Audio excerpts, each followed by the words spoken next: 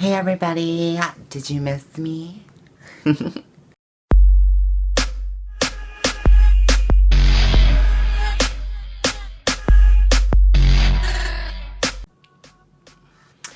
Happy New Year. It is 2016.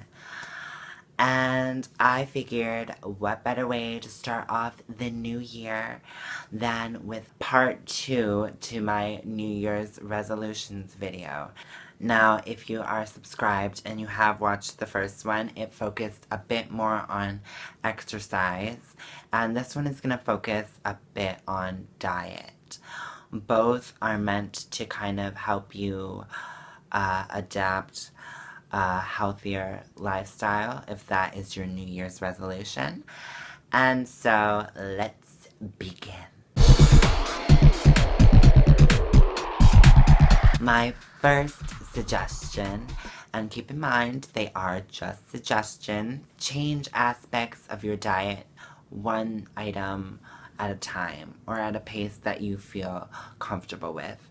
There are so many diets out there, and I feel like a lot of them ask you to give up a bunch of things that you like and take in a bunch of new healthier things that you might not necessarily be used to yet. And you know, that might work at first, but eventually you miss and crave those things that you gave up just cold turkey, and eventually a lot of people will go back to their old ways.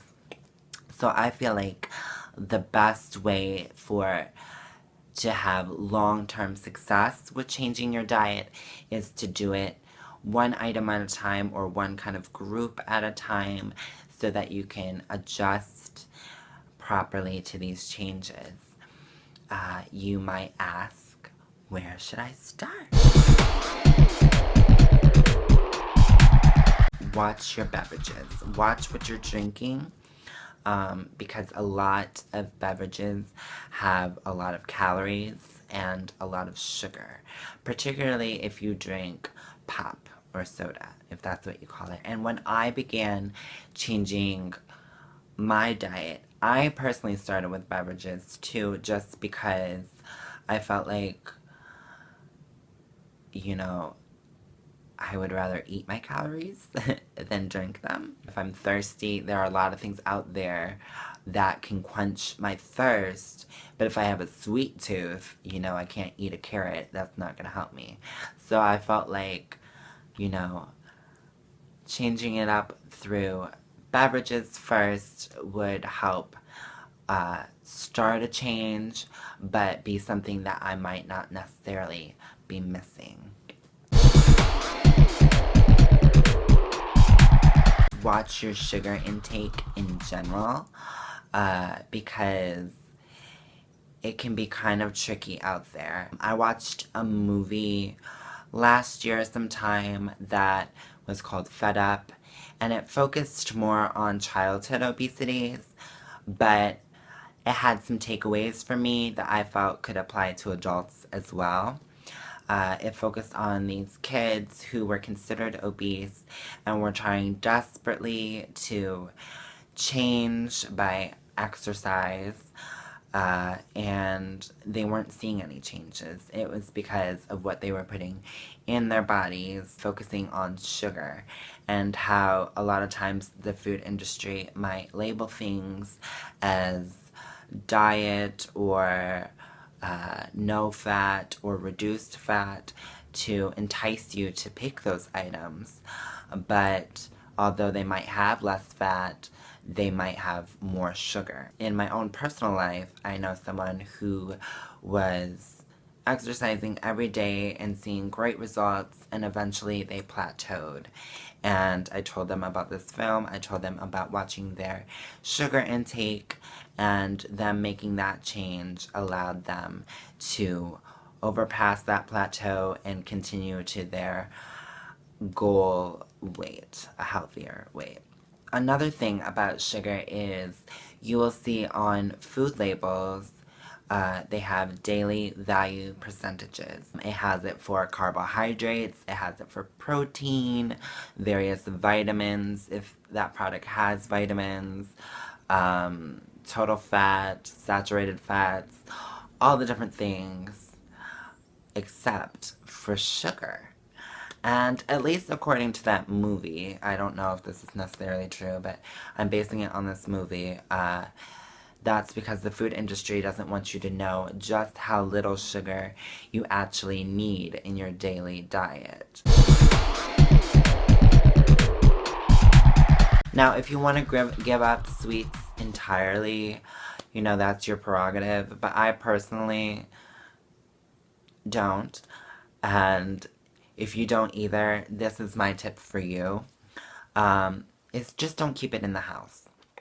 Because if it's in the house, it's there to tempt you, it's there to be, eat me. And when you do go out to get a product that isn't necessarily good for you, like cake or cookies or ice cream, try getting individual servings.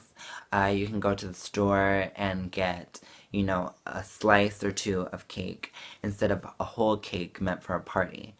Or you can get, you know, a little mini ice cream, you know, something that's small that's gonna fulfill that craving, but once it's gone, it's gone. Because either way, you know, if you get a full cake, you're either going to A, eat way too much of it at once, or B, not touch it again because you're trying to be good and it's gonna go bad. So either way, it's like a lose-lose situation. Lastly, I would say is if you're having trouble with a particular product, try finding an alternative that is healthier. My example is with milk. I gave up regular milk and I originally drank almond milk but switched to cashew milk. Either option, it's a fraction of the calories and no sugar. I'm not saying that you have to give up milk if you enjoy milk. I'm just giving that as an example. If you just eat milk and cereal, maybe almond milk or cashew milk would be a good alternative for you. Because that way you're getting the same kind of idea, you know, something to put your cereal in that's not, you know, water. So it tastes good, but it's better for you.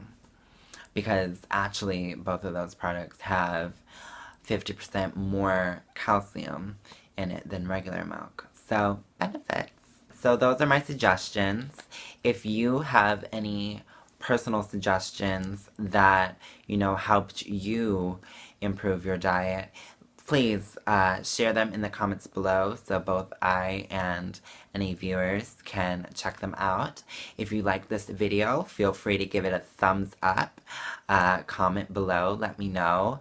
Share it on your social media platforms.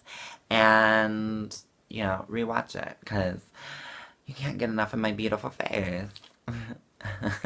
I'm just kidding. But I'll leave a link to the first video from last year in the description below, as well as all my links to social media if you want to follow me on Twitter or Facebook or Instagram. And until next time, I hope you have a tremendous, fabulous 2016, and I hope to see you soon. Bye!